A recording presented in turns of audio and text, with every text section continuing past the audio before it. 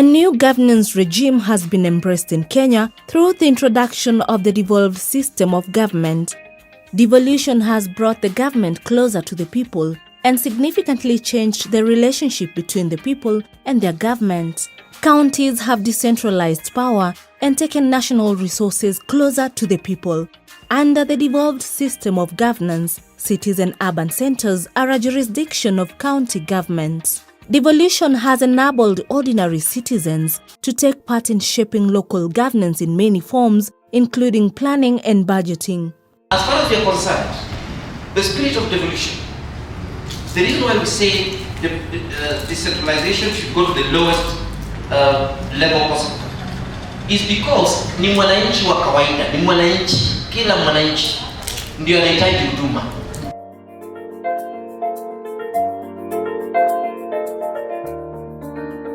Proper institutional, policy and legal framework has been put in place to promote good governance. These include the Urban Areas and Cities Act 2011 UACA, National Urban Development Policy, and guidelines for public participation. However, poor governance and non-accountability are some of the factors that hinder citizens from enjoying their rights as envisaged in the devolution model.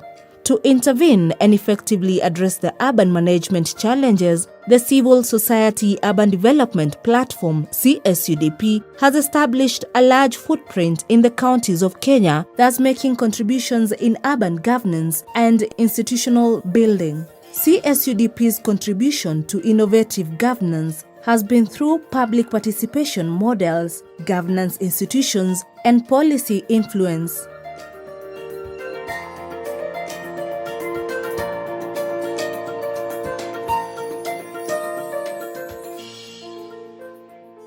In terms of public participation models, devolution has set an unprecedented space for citizens' development aspirations to be incorporated in county and urban development plans. In the urban sector, while the Urban Areas and Cities Act 2011 Section 22 mandates citizens to engage with urban planning, the urban majority living in slums and informal settlements have continued to suffer lack of access to adequate basic services. This situation can partly be attributed to a disconnect between the formal plans and informal aspirations of this urban population. Lack of competence to engage with planning processes still stands in their way. To bridge this gap and instill planning competence amongst the urban population living in informal settlements, the Civil Society Urban Development Platform (CSUDP), in partnership with Pamoja Trust, has galvanized social planning model, the Adaptive Settlement Planning Model (ASPM), for informal settlement planning in the country. The model has already been fully embraced by two county governments, Mombasa and Kisumu. In Mombasa, ASPM has enabled 1,100 households of Kwabulo settlements acquire land ownership rights through the issue of certificates of occupancy, guaranteeing them formal occupancy of the land and opening new avenues for improved planning of the settlements. Similar processes have advanced significantly in Garissa, Medina, Nakuru KMC, and Uasin Gishu Hill School, where an additional 3,000 households are poised to benefit.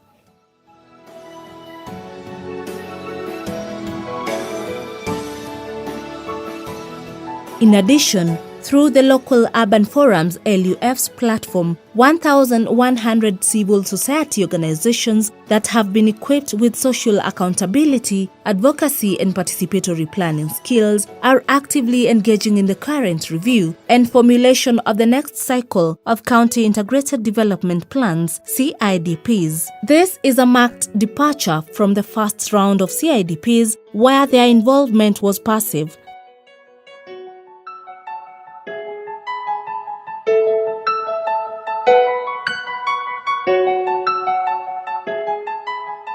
Another example is the Kilifi County Citizens Alternative Budget Initiative, which was launched in 2013. It aims at reducing poverty by ensuring that county budgetary allocations are in line with citizens' needs and priorities.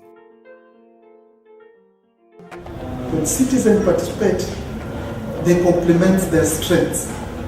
Whereas one is good at this, the other one is good at this, then when they come together, they share ideas and come up with a common position, and which they will use to lobby and engage the county government.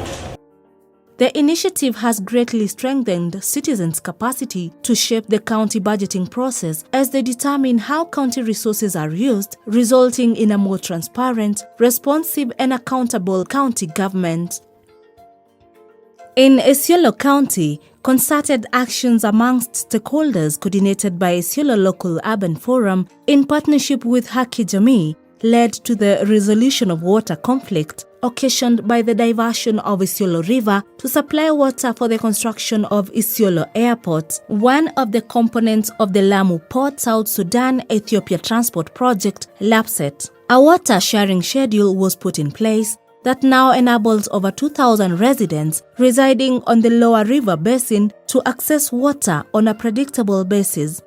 So, tuliweka mkataba, tukasema watu watakuwa wakitoa maji kwa siku yao, wale wakulima wako juu na wale wafugaji wako na mifugo huko, na pia tukahakikishe hii mto haijakauka kwa sababu ya wale wanyama wako huko chini paka.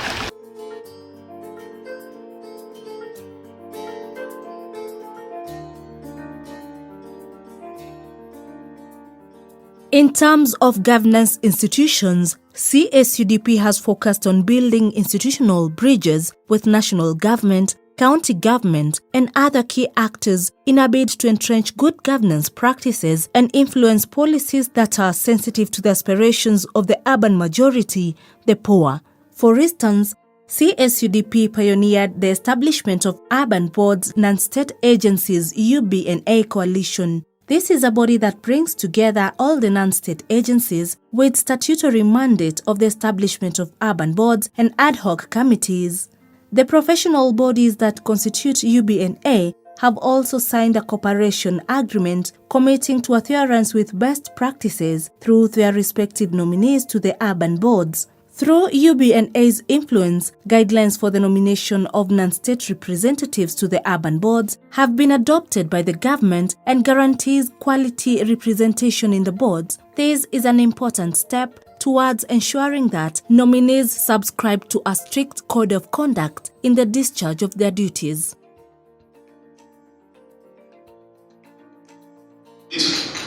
Let's think beyond just sitting in the boards, but exercising real and tangible influence in these boards so that we can move things.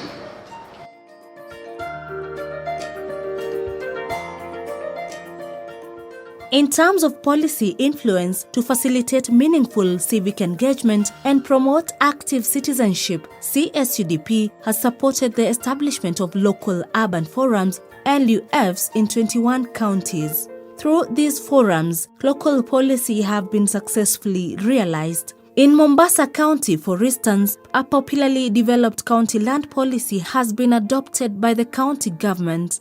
County residents are now hopeful that the policy will gradually address land issues that have bedeviled the coastal city over the years. Kwabulo land squatters have been the first to benefit from land regularization under the policy framework. After years of what had become a chronic land dispute, the over 10,000 squatters were issued with 1,000 certificates of occupancy, bringing to an end many years of tenure insecurity and fear of evictions. Good urban governance is thus the sum of the many ways individuals and institutions, public and private, plan and manage the common affairs of the city. It is a continuing process through which conflicting or diverse interests may be accommodated and cooperative action taken. It includes formal institutions as well as informal arrangements and the social capital of citizens.